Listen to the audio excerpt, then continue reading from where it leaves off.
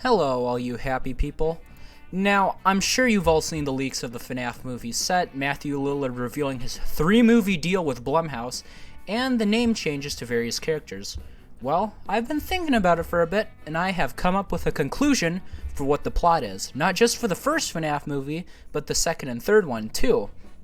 I'll explain my ideas for the movie's events first, then explain my reasoning afterwards. Like and subscribe if you're going to see the FNAF movie, and let's get into it. Oh, quick thing first, I'm kind of on a tight schedule. I've got places to go, places to be, so I don't really have time to edit in the set pictures and cast pictures and stuff. And besides, you've probably already seen them all anyway. So first we have the Five Nights at Freddy's 1. Michael Afton works as a security guard at a local mall with a troubled past. One day, he loses his job after a fight with somebody, his father, William Afton. William Afton had disappeared after the murders that took place in the 80s, leaving an adult Mike to take care of his siblings, Abby and Evan, causing Mike to lash out at his father when he sees him.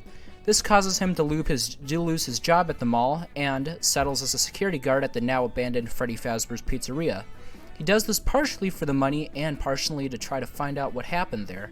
The pizzeria is no longer functioning, and its various animatronics are being auctioned off to a company that wants to turn the family-friendly characters into a horror attraction.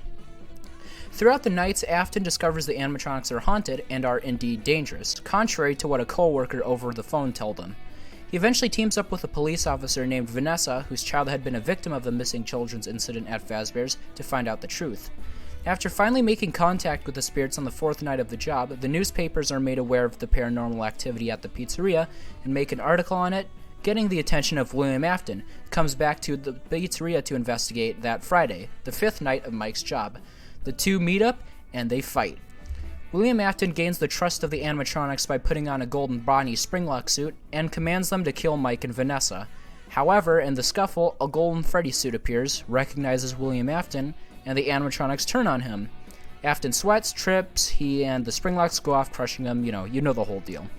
After which, the animatronics drag him away into a back room that seals itself off by paranormal means.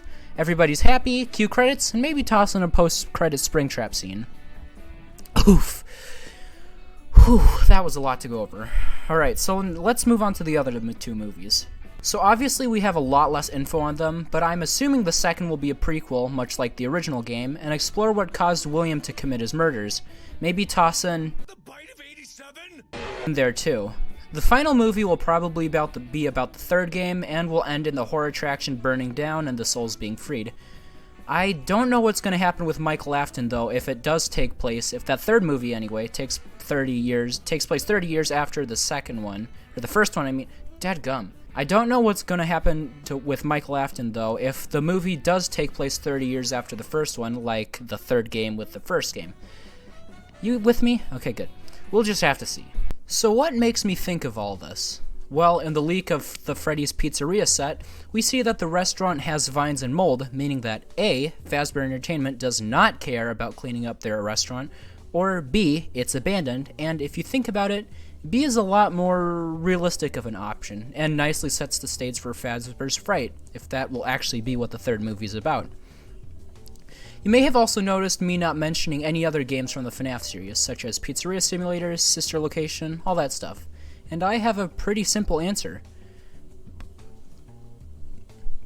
Now, to ensure satisfaction for the moviegoer, this trilogy will be separate from the games and books, which will help it in making the story a lot clearer and less convoluted.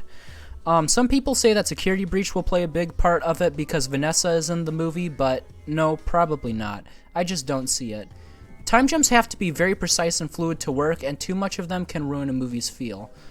Also, notice how Mike's sister is named Abby in the movie, while in the games it's Elizabeth. My interpretation is that she's supposed to be this movie's version of Elizabeth, and the changing of her name will indicate that even though she's Elizabeth, she's not, Elizabeth. There is no sister location, no circus baby to possess. Her story will be different.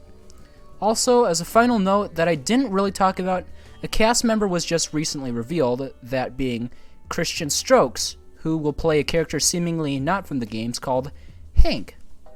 I say seemingly because Hank is a nickname for Henry. Just letting you know. Anyway, that's all I've got.